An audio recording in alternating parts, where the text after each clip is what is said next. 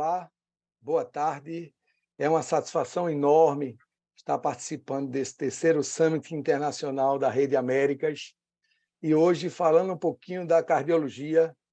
Excelente, eu sou cardiologista, eu sou atualmente o presidente da Sociedade Brasileira de Cardiologia do Estado de Pernambuco e também sou gestor da linha cardiológica do Hospital Santa Joana Recife e relacionamento médico também do Hospital Santa Joana Recife. Dar boas-vindas a todos vocês e passar a palavra ao nosso querido Frederico Sculto, que vai moderar esta mesa, coordenar essa mesa comigo. Ele é coordenador do Heart Team do Hospital Samaritano em Gianópolis, é especialista em eletrofisiologia cardíaca pelo Heart Rhythm Society e pela SOBRAC, é eletrofisiologista do Hospital Samaritano em Gianópolis e preceptor da pós-graduação em eletrofisiologia clínica e invasiva da Escola Paulista de Medicina, que dará sequência com a apresentação do nosso querido Diego Garcia. Agradeço muito, Dr. Carlos Jafé, agradeço muito à mesa, a oportunidade da gente estar aqui falando então das linhas de cuidado de cardiologia e já gostaria de convidar e apresentar o Dr. Diego Garcia, que é curador da nossa cardiologia e coordenador operacional da cardiologia da América Serviços Médicos e coordenador da cardiologia diagnóstica da United Health Group Brasil, para falar sobre o nosso tema principal abaixo, que é efetivamente o que são linhas de cuidado e como aplicá-las na cardiologia. Então, Diego, meu querido amigo, a palavra é sua. Muito obrigado, Fred, muito obrigado, Jafé. É um prazer muito grande estar aqui falando aqui com vocês desse tema que é um tema tão palpitante, né? Um tema que a gente conversa muito no dia a dia, a forma como a gente implementa as linhas de cuidado, certo? Então, sem mais delongas, vamos à nossa apresentação a respeito das linhas de cardiologia. Todos conseguem visualizar os meus slides? Sim, perfeito. Então, hoje a gente vai falar um pouco sobre essa questão da importância das linhas e o que são as linhas de cuidado e um pouco sobre o trabalho que a gente tem tentado desenvolver aqui dentro do América, certo? Então, um pouco de conceito. Hoje pela manhã eu já vi esse mesmo slide muitas vezes, estava participando de uma mesa da sala de práticas médicas, mas eu acho que é super importante a gente colocar aqui novamente. Esse é um slide padrão do Américas que mostra muito sobre o conceito Américas, né? Do que a gente considera medicina baseada em valor, ou seja, a proposta de valor do Américas, né? De fato, a gente acredita muito que os SOIs eles estão muito inseridos dentro dessa proposta de entrega de valor para o sistema de saúde, né? Ou seja, através do cuidado coordenado, a gente sabe que a gente entrega valor para o paciente, a gente entrega valor para as operadoras, a gente entrega valor para o sistema de saúde como sendo um todo, né? E medicina baseada em valor, vocês todos conhecem muito bem essa fórmula, né? Isso é um pouco chover aqui no molhado, né? A gente considera uma qualidade plena que consiste não só em desfechos clínicos favoráveis, mas como a experiência do paciente dentro de custos que sejam adequados, né? Então, quando a gente fala dentro de linha de cuidado, a gente está falando linha de cuidado inserido dentro dessa proposta de valor que o Américas ele vem trazendo de forma mais contundente para o mercado, né? Dentro assim das nossas unidades hospitalares, aqui é um exemplo, né? Assim, nós estamos no estado de São Paulo, Rio de Janeiro, 3 estados do Nordeste e também em Brasília, né? E aqui é uma divisão que a gente faz de acordo com o nosso nível de complexidade cardiovascular nos nossos hospitais Américas, o Novo Américas, ele tem uma complexidade no mínimo intermediária a alta. Boa parte dos nossos serviços atendem pacientes com alta e muito alta complexidade cardiovascular. Daí a necessidade grande da gente estruturar essas linhas para promover o melhor cuidado desses pacientes. Mas o que são as linhas de cuidado efetivamente, né?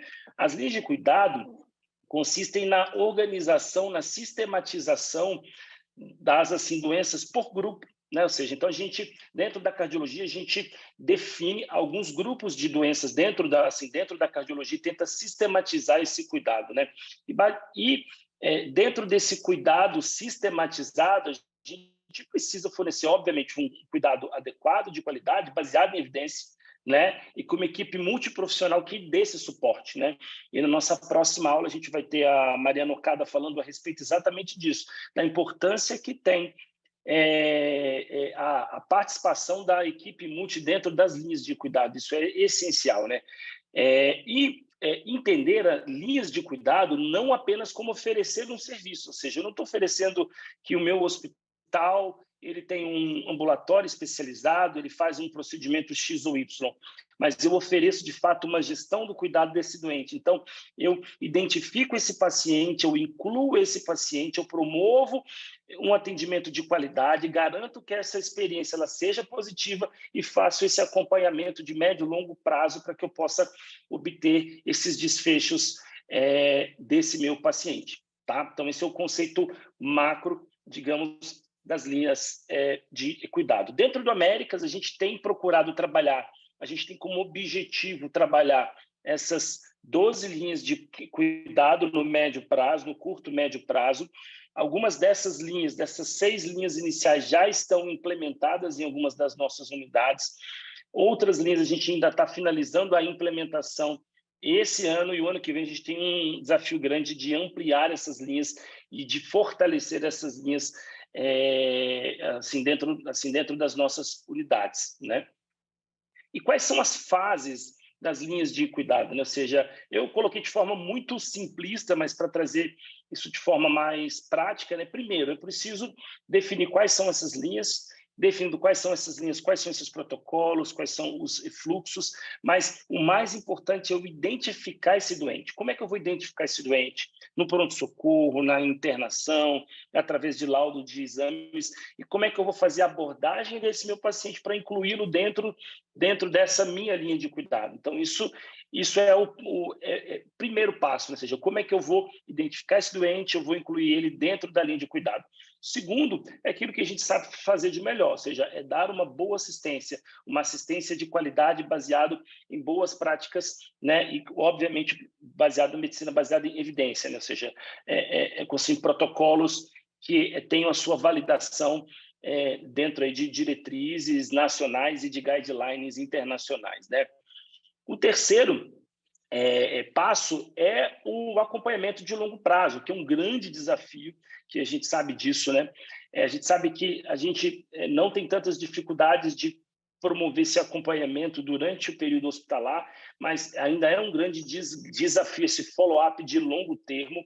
Como é que você monitora esse doente, você segue esse doente, faz com que esse paciente entenda que esse cuidado coordenado é importante para que ele tenha melhores desfechos e para que ele tenha uma qualidade de vida melhor e uma expectativa de vida maior, né? E o quarto é esse monitoramento de desfechos, né, que está dentro um pouco desse follow-up, mais de desfechos clínicos e outros dados que são importantes também, né? E se falando de dados, né, um dos dados mais importantes dentro dessa equação de valor, e quando a gente fala de linha de cuidados, são assim indicadores de qualidade e performance clínica, né? Eu trouxe aqui para vocês alguns exemplos de indicadores nossos da rede, né? Indicadores do protocolo de dor torácica, né? Onde a gente tem o tempo porta-ECG, porta-balão, tempo médio de permanência, mortalidade, onde a gente tem indicadores de cirurgia cardíaca, indicadores de insuficiência cardíaca e de angioplastia coronariana, né?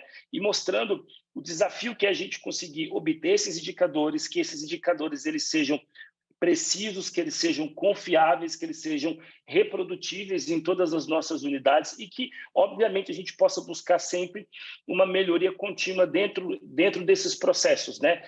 E a gente procura realmente ter metas bastante agressivas, assim, no sentido de ter benchmarkings internacionais para que a gente possa ter a nossa régua sempre muito lá em cima, nos comparando assim grandes serviços ao redor do mundo. E a gente tem conseguido conquistar isso nas nossas unidades com excelentes indicadores, né?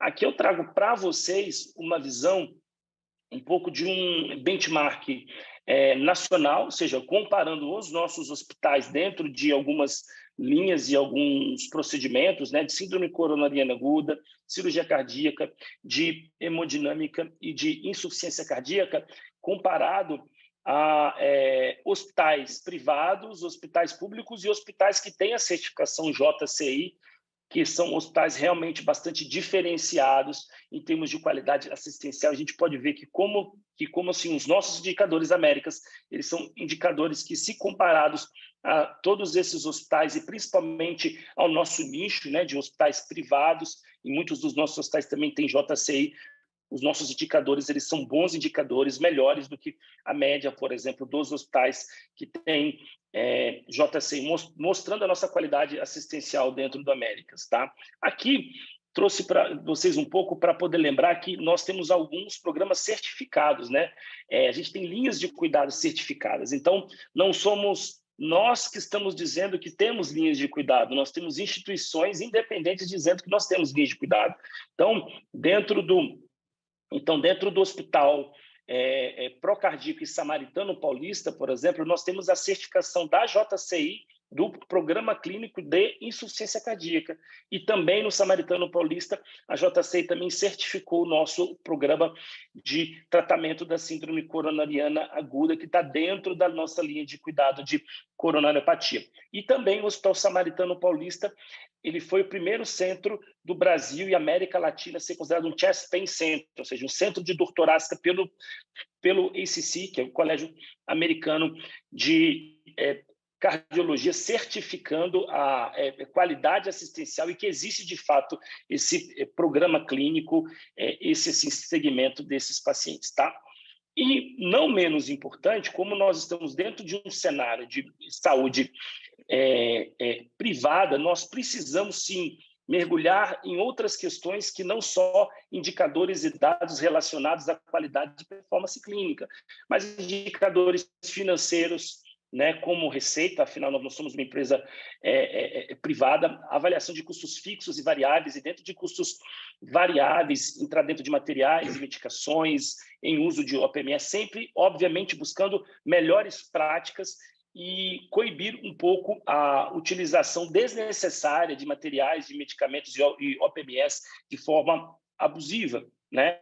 Ou seja, o nosso intuito dentro e inserido na medicina baseado em valor, a gente quer apoiar e incentivar a boa prática médica, aquilo que precisa ser realmente feito, aquilo que precisa ser utilizado de fato. E outro ponto importante que isso traz uma visão interessante para as operadoras de saúde, que no nosso caso são parceiros, né? Ou seja, como que as linhas de cuidado elas vão interferir na frequência de consultas, de exames e de procedimentos, né? Porque o paciente, quando ele é bem cuidado, esse meu paciente ele vai ter um cuidado adequado e, consequentemente, ele vai diminuir a necessidade de internações, ele vai ter uma melhor qualidade de vida, vai diminuir a necessidade de procedimentos e intervenções, exames que sejam desnecessários, tá? Então, como mensagem final, para não me alongar muito, a gente também tem um espacinho para a gente bater um papo a respeito desse tema e das outras duas aulas, né? Então, o manejo efetivo das linhas de cuidado, ele, de fato, promove qualidade assistencial e também redução de custo, né? A gente sabe disso. Ou seja, isso é valor em saúde, ou seja, eu promovo qualidade, uma experiência positiva dentro de um custo adequado, né? Obviamente, as linhas de cuidado elas trazem valor para o sistema de saúde como sendo um todo, como a gente comentou, né? E as linhas de cuidado elas são extremamente importantes para fazer um manejo adequado desse meu paciente e o follow-up de longo termo, ou seja, um acompanhamento de longo prazo desses doentes realmente constitui um grande desafio, porque muitos pacientes eles mudam de operadora de saúde, então deixam de ter acesso aos seus serviços, ou às vezes eles não, às vezes eles mudam de cidade, de estado, e vários outros fatores que entram e que às vezes esse segmento pode acabar se perdendo. Muito obrigado. Diego, excelente apresentação, muito obrigado. Isso é o serviço, é o Américas Serviço Médico prestando assistência e cuidando da saúde dos nossos pacientes. E passo a convidar agora a enfermeira Mariana Okada, que é coordenadora de práticas assistenciais do SOI Cardiologia do Américas Serviço Médico, para falar sobre o tema a importância da equipe multidisciplinar na gestão do cuidado. Doutora Mariana. Obrigada. Primeiro, obrigada aí pelo convite, né, em participar desse evento tão importante, né, e poder compartilhar com vocês um pouquinho da minha experiência em relação aos serviços, né, às linhas de cuidado em si, e um pouquinho sobre o papel fundamental da equipe multiprofissional nesse processo, né? Então, vou falar um pouquinho da experiência. O tema que coube a mim é a importância da equipe multidisciplinar na gestão do cuidado, né? E para não ser muito repetitiva, né? Na realidade, é uma complementação da aula do Diego, né? Então, eu queria só me basear um pouquinho, falar um pouquinho sobre o conceito das linhas, antes da gente entrar em si no papel da equipe multi, né? Então, a linha se trata de um cuidado coordenado, organizado, através dos fluxos e processos, né? Então, precisa ser desenhado um fluxo e processo para que a gente consiga elencar as necessidades reais do paciente. Então, é colocar o paciente no centro do cuidado, como a gente sempre diz, né? Então, a gente vai atuar nas questões de gerenciamento, com ações de promoção, prevenção, tratamento e reabilitação, né? E isso acaba tornando uma estratégia para o contexto de saúde, né, seja público ou seja privado, né, a gente vai falar um pouquinho da nossa experiência aqui no Américas, e a questão do monitoramento, né, dos desfechos clínicos, sejam indicadores de processo, indicadores de qualidade, a questão de satisfação do paciente, e aí entra na parte de produção também de cada instituição, constituindo a questão do valor em saúde, trazendo os custos também para isso. Tá?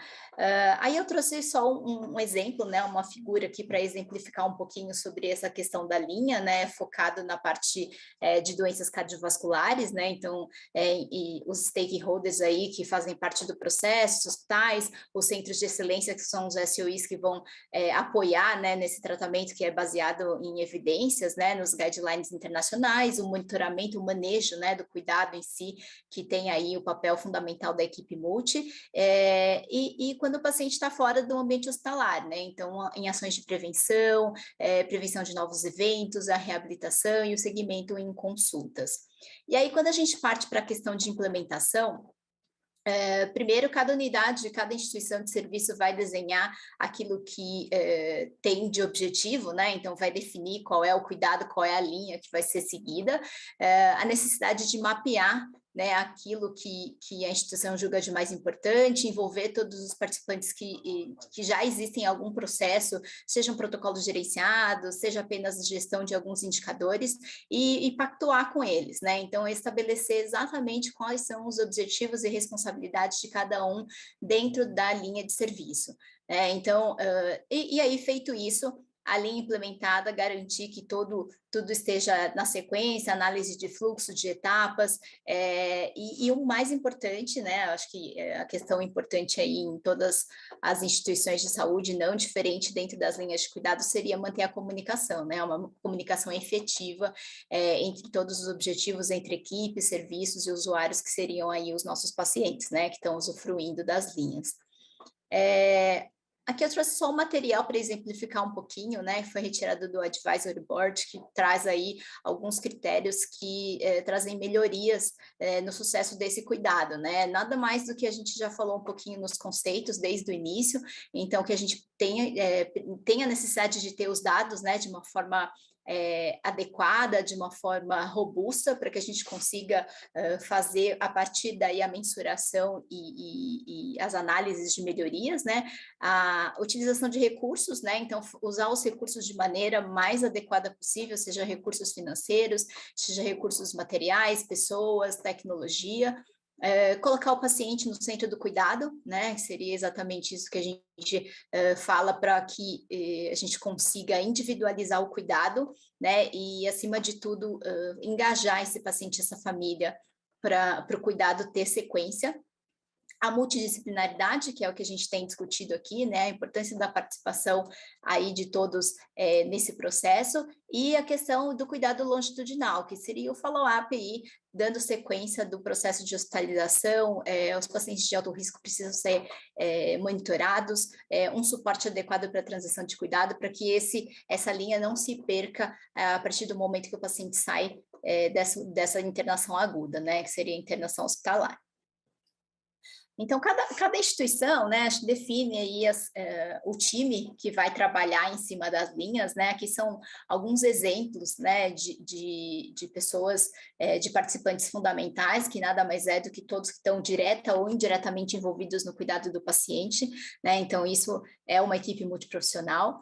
E aí eu trouxe alguns aspectos importantes que a gente julga que a equipe multi está muito bem envolvida, que é o segmento desse paciente desde a entrada até o momento da alta e pós-alta, né? Na realidade, ele vai seguir.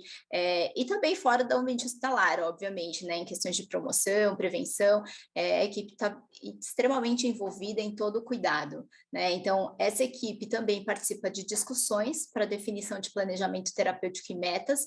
Então, é necessário essa questão de atender às necessidades de cada um, de acordo com a sua condição de saúde, de acordo com o seu momento, né? Então, definir as metas, discussões importantes para que as metas, o objetivo seja o mesmo, né, e que o planejamento seja de acordo com cada área. Um pilar fundamental que está vinculado a essa equipe é a educação, né? Acho que a educação do paciente e família se faz fundamental desde o início ali da questão de você explicar para o paciente o que está acontecendo, o que é a doença, até como que ele vai viver com isso, né? Até o segmento, e que a gente consiga fazer tudo isso para superar essa fragmentação de práticas e conseguir, enfim, ter uma assistência integral para esse nosso paciente. Tá?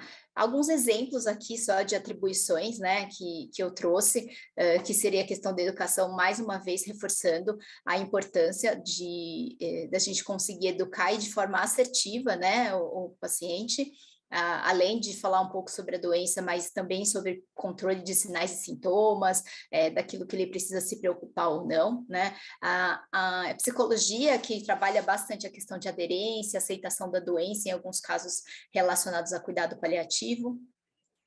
A nutrição e reabilitação, que costumam trabalhar bastante os aspectos de mudança de estilo de vida, cada um na sua área, né?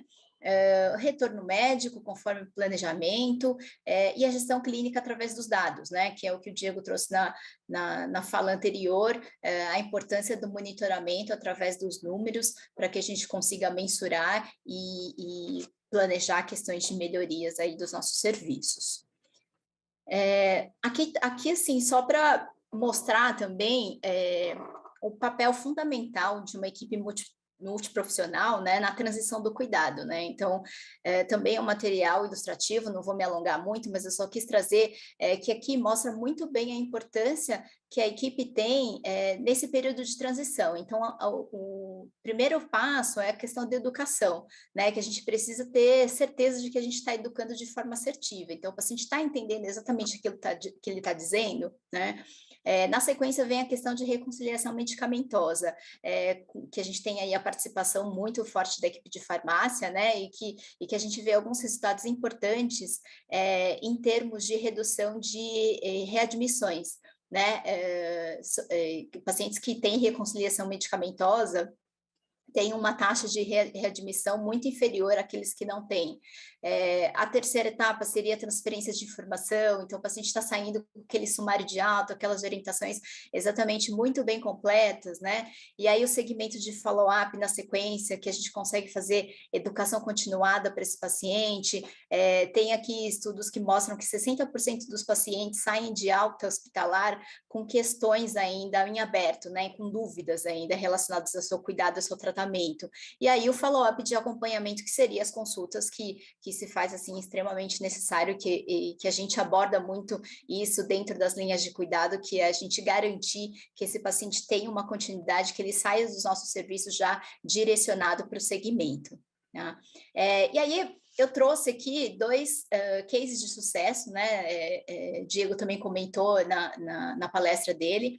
São dois hospitais do nosso grupo, né? Então, Samaritano Paulista e Procardíaco, que tem duas linhas de serviço muito bem estruturadas e que aqui mostram um pouquinho do papel fundamental dessa equipe multi, né? Então, são hospitais que têm programas clínicos certificados pela Joint Commission, né? Um órgão importante certificador de instituições mundialmente, né? Então, a gente garante que a gente tem aí, dentro do infarto agudo e da insuficiência cardíaca, uma linha completa, que a gente garante qualidade, segurança e continuidade do cuidado desse paciente. Esses hospitais têm uma visita multidisciplinar periódica, né? Então, eles têm uma rotina de visitas, de discussões para definição de meta de cada paciente, utilizando o planejamento terapêutico e, para ilustrar aqui, eu trouxe os formulários que são utilizados também para registro, né? Para que isso fique registrado e documentado dentro do prontuário. Outro formulário utilizado que auxilia bastante e que é de papel fundamental da equipe multi é o plano educacional, né? Que esse é outro formulário que também é utilizado nos nossos serviços, que orientam as equipes às necessidades reais de educação, né? Então, é um formulário que a gente consegue enxergar aquilo que o paciente realmente precisa e quem foi educado, né? Na realidade, se precisa de algum segmento para isso.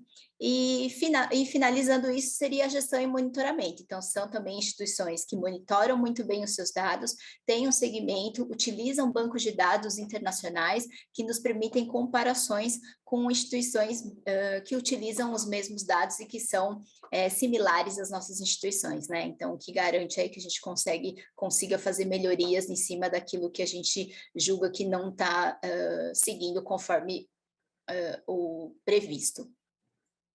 E um outro exemplo que eu quis trazer também aqui para mostrar e dividir com vocês é relacionado ao protocolo ERAS, né? Então, aqui falando especificamente do protocolo ERAS da cirurgia cardíaca, tá? Que esses dois hospitais também usam esse protocolo para os seus pacientes, né? Que se trata de um conceito dinâmico e sistêmico para otimizar os cuidados dos pacientes baseado nos tempos certos e focados em protocolos multidisciplinares, centrados no paciente.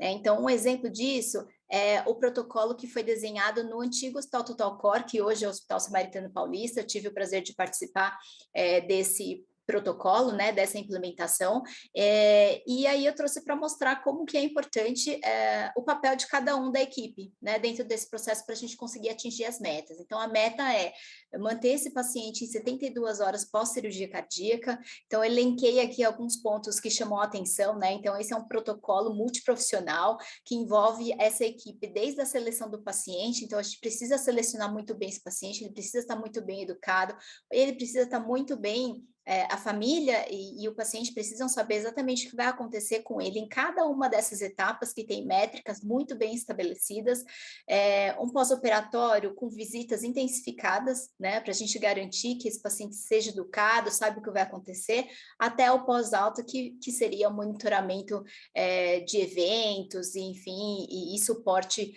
para esse paciente. E esse foi um sucesso, um protocolo de sucesso.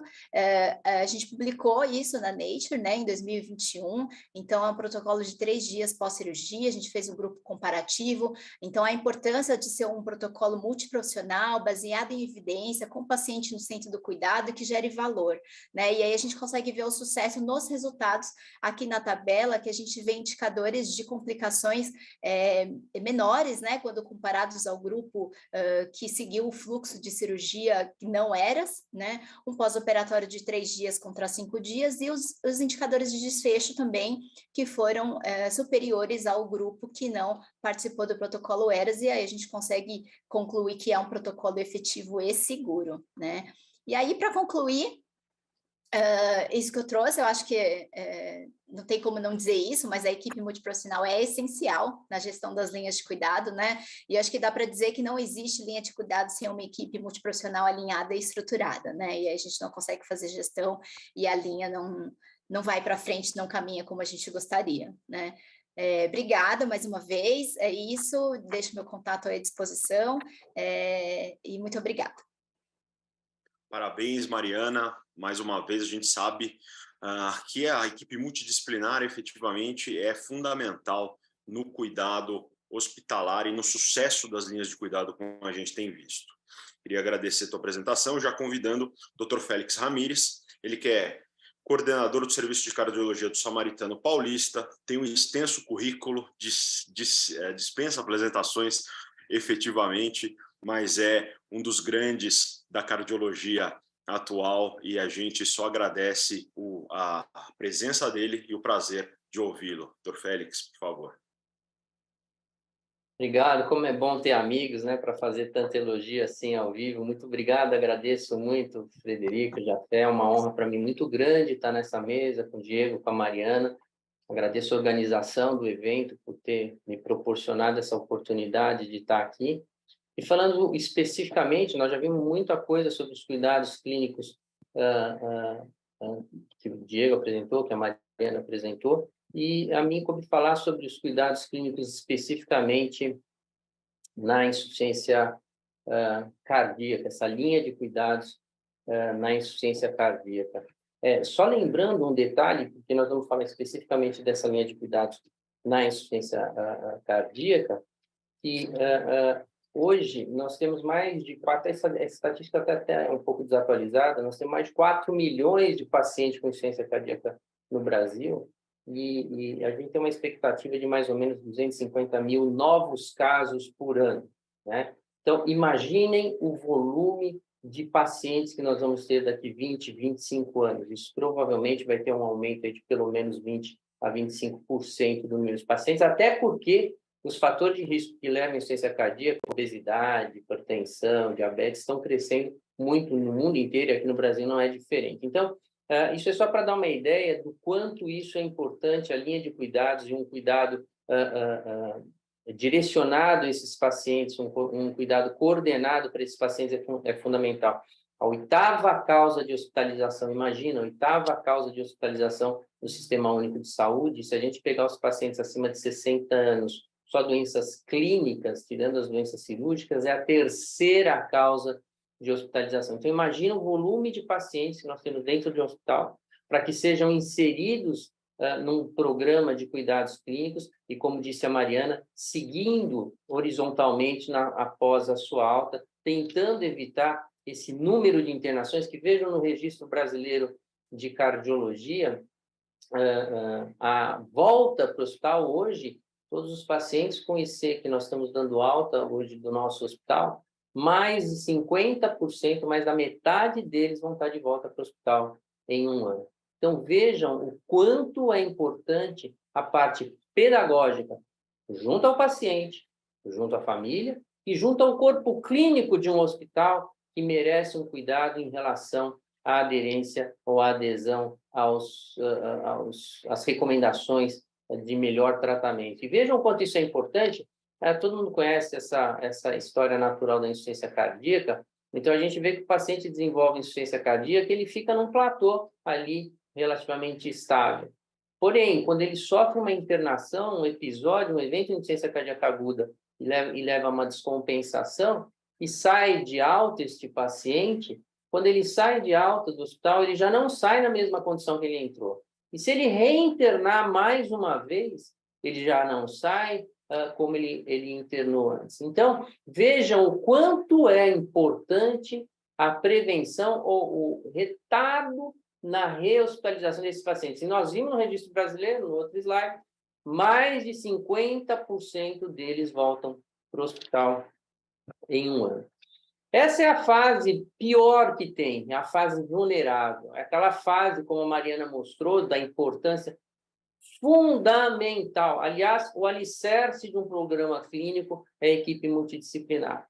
E essa fase vulnerável do paciente, que é aquele período pré-alta até os primeiros 30 dias do pós-alta, é fundamental. O paciente está dentro de um hospital, ele está com a enfermagem medindo sua pressão às 6 horas da manhã, a enfermagem pesando esse paciente, a enfermagem dando a medicação certinho em todo horário, e aí, de repente, dali 3, 4 dias, ele está um pouco melhor da sua congestão, ele não está compensado, mas está um pouco melhor da sua congestão, ele sai de alta.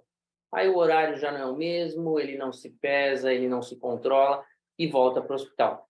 Mais 50% em um ano, mas vocês viram que em 3 meses, 26, um quarto desses pacientes voltam para o hospital em 90 dias. Então, isso é muito importante. E nós vimos também que a hospitalização tem tudo a ver com a pior evolução. Então, esta fase vulnerável, no momento pré-alta, ou naquele momento em que a equipe multidisciplinar, a equipe clínica médica, juntos, num tratamento coordenado, orientam esses pacientes de uma forma pedagógica, esclarecem para esse paciente de maneira clara a sua condição de saúde, a importância de aderir ao tratamento, a importância de cada classe de fármaco prescrita a ele, para que esses pacientes possam aderir melhor ao tratamento e, com isso, reduzir essa hospitalização.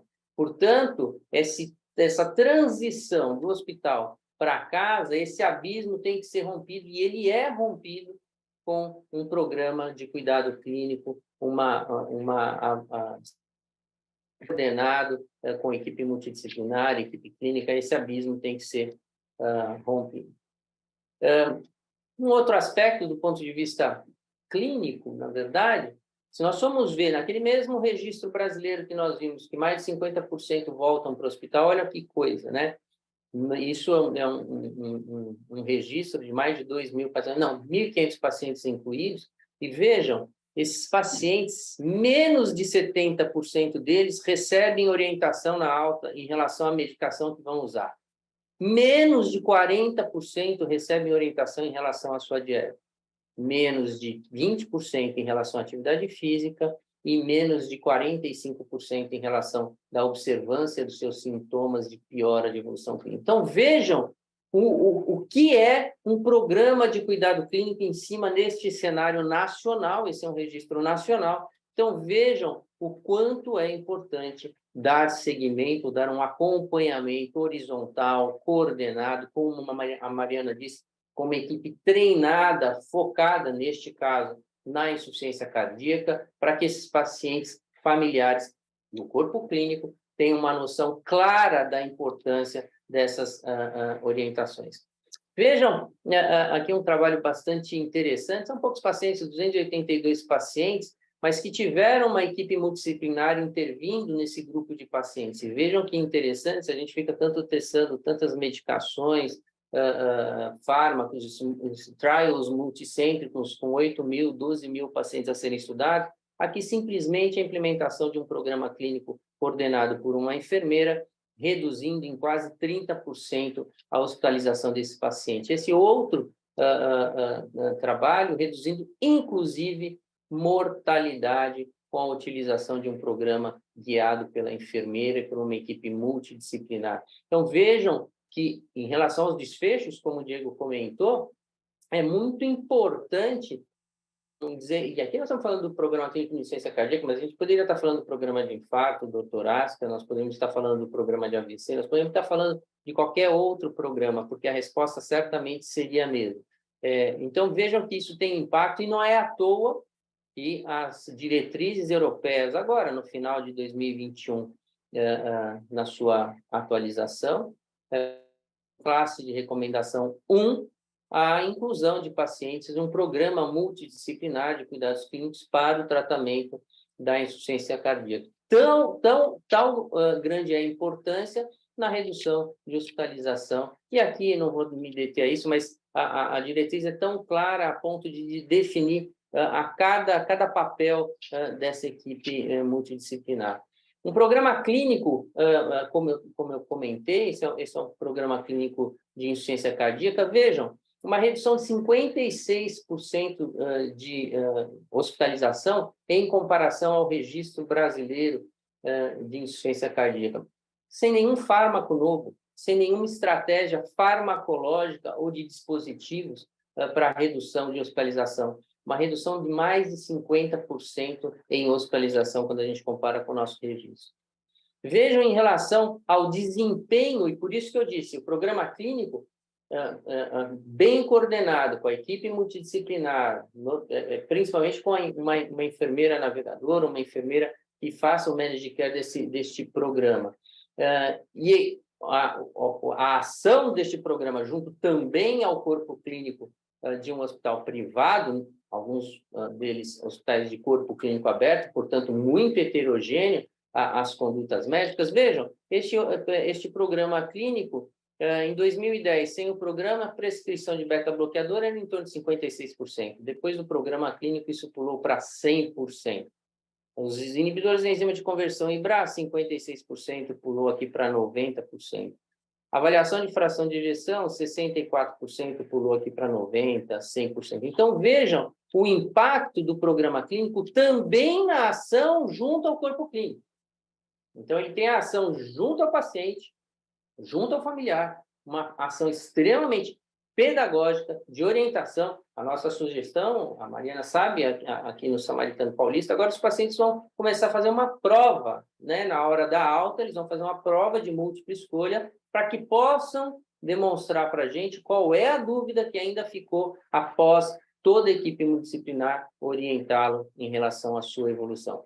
E, mais uma vez, neste mesmo programa clínico, vejam, antes do programa, 9% de mortalidade. Após o programa clínico ser instalado na insuficiência cardíaca, 6%, 5%, 4,7%. Ou seja, sem um fármaco ou estratégia de dispositivos novos. Simplesmente a implementação do que os guidelines recomendam como tratamento ideal.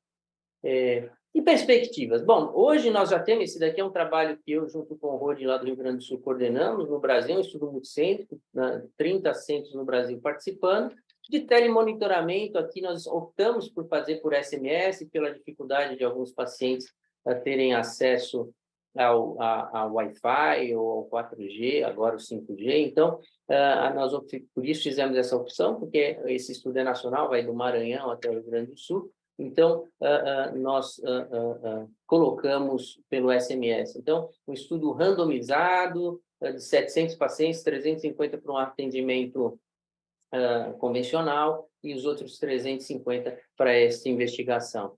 Nós começamos algumas negociações junto a uma empresa inglesa, aqui no Samaritano Paulista, em relação ao desenvolvimento de um aplicativo muito interessante para que a gente possa fazer o follow-up desses pacientes, como a Mariana e o Diego falaram, depois da alta, para que a gente possa ter o follow-up desses pacientes em esses aplicativos em relação à sua condição de saúde e que isso pode gerar red flags, yellow flags para a enfermeira coordenadora, para que possa ter uma intervenção precoce antes de um quadro de descompensação aguda que necessite de hospitalização. E, mais uma vez, na diretriz europeia, o telemonitoramento, o monitoramento não invasivo, é uma realidade, já com uma recomendação, a diretriz brasileira coloca como 2A, a diretriz europeia como 2B, mas como uma recomendação, e isso é fundamental, nós não temos como escapar disso. Então, esses pacientes já saem com a sua prescrição no celular, que vai alertar os horários de medicação, e eles vão alimentando esse dispositivo para que nós possamos ter esse telemonitoramento, evitar aqueles 56% de hospitalização em um ano e, portanto, reduzir a mortalidade e evitar uma perda de qualidade de vida. Então, eu acho que fantástica foi essa colocação, essa ideia da sugestão de colocar uma sessão no nosso Summit em relação aos programas de cuidado clínico, e eu agradeço muito o convite.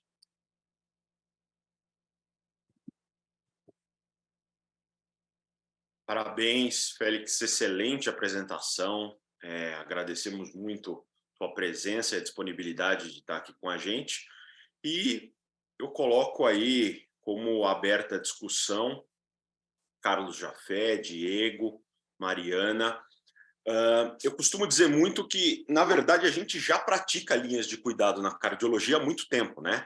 A gente tem certos indicadores em diretrizes que efetivamente a gente já usa há muito tempo, né? Nós usamos o porta-balão há muito tempo, nós usamos o porta-agulha há mais tempo ainda, né? Desde a streptokinase, e a linha de cuidado efetivamente nada mais é do que o meio para você garantir aquele resultado, então, do menor porta-balão possível. A gente sabe, a gente sempre trabalhou, né, especialmente na coronariopatia, com o aforismo de tempo é músculo, né? Então, a gente efetivamente sempre trabalhou nisso. O que a gente faz hoje? A gente sabe que hoje o cuidado tem que ser centrado no paciente, tem que ser multidisciplinar, porque faz uma grande diferença. A gente que trabalha ali com as linhas de cuidado sabe a diferença que faz a educação do paciente e a multidisciplinaridade em tudo isso também que o Félix colocou. Mas eu queria começar um pouquinho o debate perguntando, inclusive, para o Félix o seguinte: eu acho que na coronariopatia, como a gente já tem esses indicadores há muito tempo, a gente já está um pouquinho mais familiarizado, né, em ter uma linha de cuidado que vá efetivamente reduzir o nosso tempo porta-balão e melhorar desfecho, né? Na insuficiência cardíaca, eu vejo isso talvez como um desafio um pouquinho maior, que requeira uma educação médica efetivamente um pouquinho maior ainda do que a gente já tem para as coronariopatias. Como é que você enxerga isso, Félix, no teu cenário da insuficiência cardíaca? Frederico, eu acho que, na verdade, o desafio é sempre porque a medicina é muito dinâmica e atualizada o tempo inteiro, e, então eu acho que isso é dinâmico em qualquer área, né? A área de emergência é um pouquinho diferente, como você disse, porque o paciente entra pelo pronto-socorro, pelo setor de emergência, e aí não é nem o médico dele que vai tomar essa primeira conduta, vai ser o médico do pronto-socorro. Então, o emergencista, estando muito bem treinado, ele vai, e é ele que vai, ele com a equipe multi, a enfermagem, a equipe de hemodinâmica, é que vão agilizar esse porta-balão. O duro é quando o paciente vai para cima, quando o paciente sobe para as unidades de internação. Nos hospitais de corpo clínico aberto, as condutas são muito heterogêneas. Aí sim, inclusive no infarto, inclusive na doença arterial coronária. A insuficiência cardíaca não é muito diferente, nós temos indicadores um pouco diferentes, a gente quis até imitar a doença arterial coronária, a gente agora coloca tempo porta-Lasix como um indicador de qualidade pela agilidade na descongestão do paciente. Mas eu vejo que elas são muito parecidas, têm seus desafios, né? E nós temos que andar porque as atualizações são muito rápidas e a gente tem que acompanhar por aquilo que o Diego falou, né? Um programa clínico ele tem como base a literatura e a evidência, a melhor evidência disponível naquela área. Perfeito. Perfeito. Parabéns, Félix, parabéns, Mariana. Excelente apresentação, Diego também. E eu levo em consideração que isso você transmite ao nosso paciente uma segurança muito grande.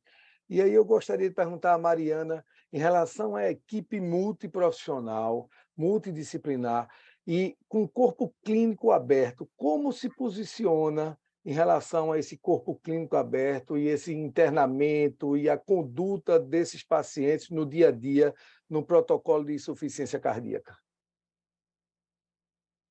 É um desafio, né, trabalhar com corpo clínico aberto, né, mas eu acho que hoje em dia não tem por onde a gente fugir, né, isso está muito bem documentado, as diretrizes dizem isso, os estudos mostram isso, né, enfim, então, com muito cuidado, muito respeito, logicamente sempre, né, mas colocar para aquele médico, para aquela pessoa, médico assistente de fora, o conceito daquilo que está trabalhando dentro da instituição, o porquê daquilo, né? Quais são os reais objetivos, os benefícios, trazer isso em números, em algo mais palpável, né? E explicar exatamente quais são os benefícios e que deixar muito claro que assim a gente quer o melhor cuidado para o paciente, né? O melhor, a gente quer ele centrado, a gente de forma alguma quer que ele deixe de fazer um segmento com esse mesmo médico assistente, né? Então isso eu acho que é fundamental, a gente tem que deixar isso muito claro e de uma forma bem transparente mostrar qual é o objetivo da instituição. Então a gente quer auxiliar para que esse paciente tenha o melhor cuidado e que ele siga a sua vida da melhor forma possível depois também daquele momento de hospitalização, né? Então a gente vai continuar fazendo o segmento, que eu acho que hoje em dia é o maior desafio das instituições seria isso, né? Fazer esse follow-up desse paciente a longo prazo, né? E não porque hoje dentro do hospital a gente tem um certo controle com esse paciente, a gente trata ele muito bem, a gente tem ele muito ali com a gente, né? Ele está preso ali, vamos dizer assim, né? Depois que ele sai de alta, é um desafio, né? Então, a gente precisa conseguir manter ele por perto, saber se certificar que ele está fazendo as consultas conforme o planejado, se certificar que ele teve questões de mudança de estilo de vida, né? Então, eu acho que é isso que a gente precisa mostrar, inclusive, para esse médico que vem de fora, para esse médico assistente, para esse nosso parceiro, né? Que a gente quer trabalhar em parceria em prol do paciente, mostrar isso que a gente busca, que foi muito bem falado hoje de manhã também, que é a questão do valor em saúde, né? Então, as linhas de cuidado também não fogem disso, não é diferente disso, a gente vai em linha com essas questões também, além de experiência do paciente, qualidade, as questões financeiras também, né? Então, deixar isso muito transparente. Perfeito, Mariana. Eu vejo que nesse sentido, o nosso paciente ele se sente extremamente seguro, ele se sente protegido por uma equipe completa e com um hospital de retaguarda. E aí eu gostaria de perguntar ao Dr. Félix, dentro do protocolo de insuficiência cardíaca, as linhas de arritmia, de valvopatia, como ficam nesse protocolo? Porque o Fred falou aí, o Frederico falou da linha de doença coronária, e aí de insuficiência cardíaca, por exemplo, válvula, a gente também vai terminar em insuficiência cardíaca. Como seria o nosso posicionamento em relação a esses pacientes?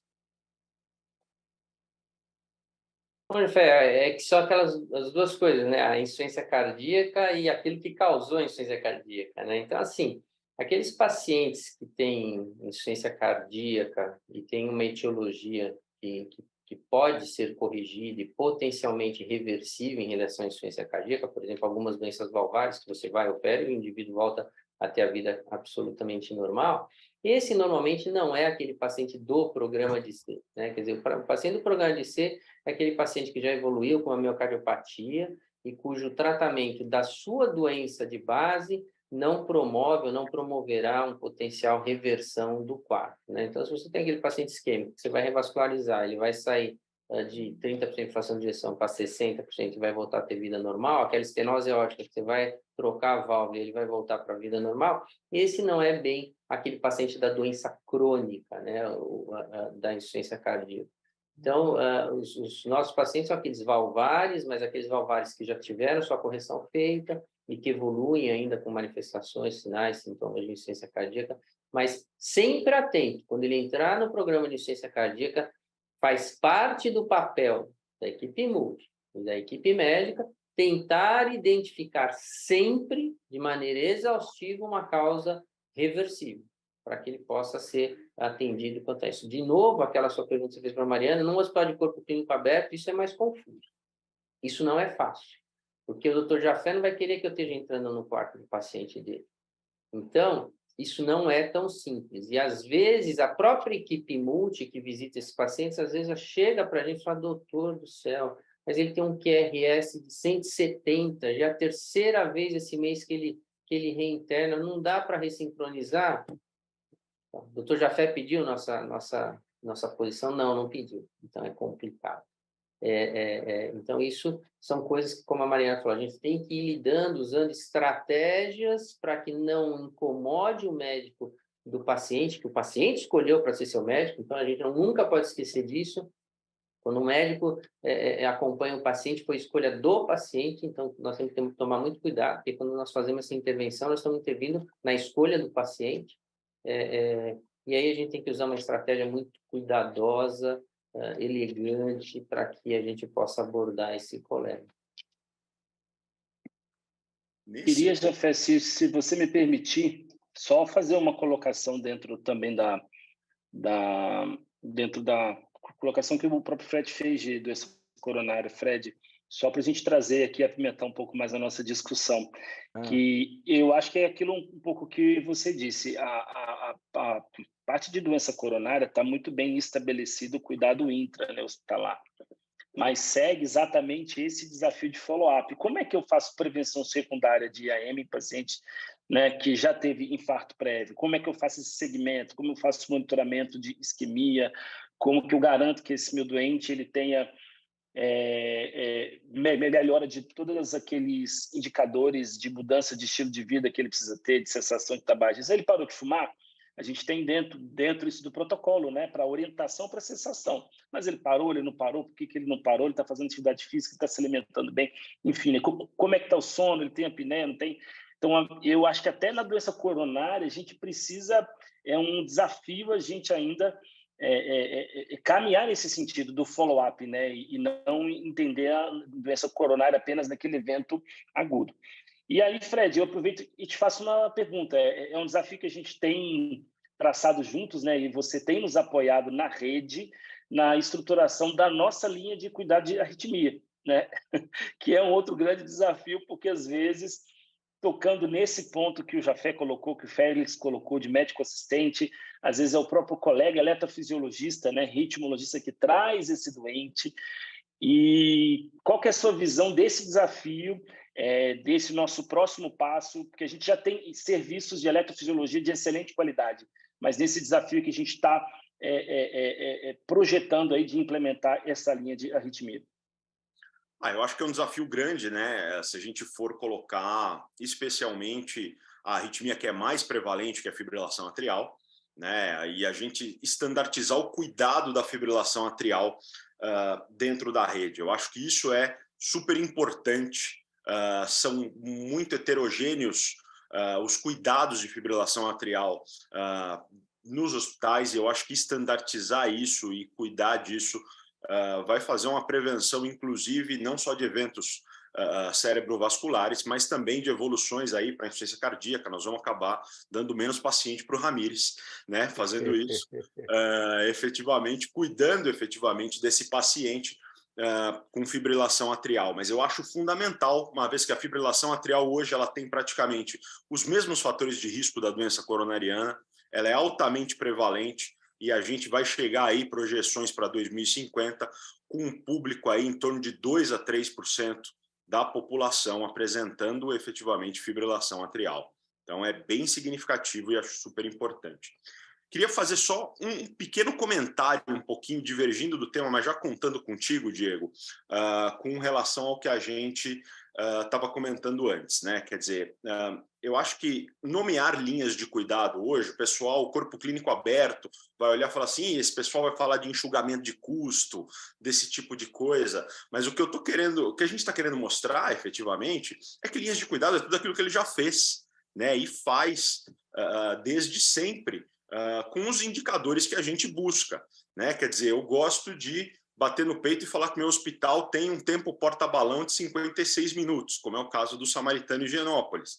Né? É aquilo que a gente efetivamente já faz e busca. Então, a linha de cuidado nada mais é do que um facilitador para a gente atingir essas metas do melhor cuidado estabelecido para o paciente pelas melhores evidências clínicas que a gente tem na literatura. Né? Se isso vai diminuir custo, e vai diminuir, claro, mas é uma função, na verdade, é um parâmetro secundário a se olhar. O parâmetro todo é centrado no paciente, né? É centrado ali efetivamente no cuidado e no melhor desfecho para o paciente, e se isso vai diminuir custo, e vai diminuir, a gente já tem vários trabalhos na literatura mostrando isso há muito tempo, né? Mas isso é um desfecho secundário daquilo que a gente quer. Né? Então, a gente não está buscando efetivamente uma diminuição de custo para negociar com a operadora. Não, a gente está buscando efetivamente o melhor cuidado do paciente, baseado nas melhores evidências clínicas disponíveis que a gente tem. A gente tem farta medicina baseada em evidências, que eu gosto muito de falar, que efetivamente começou com a cardiologia, né? A cardiologia que puxou isso efetivamente dentro da medicina. O Dr. Félix Ramírez pode confirmar ou me desmentir efetivamente, mas é basicamente isso. Né?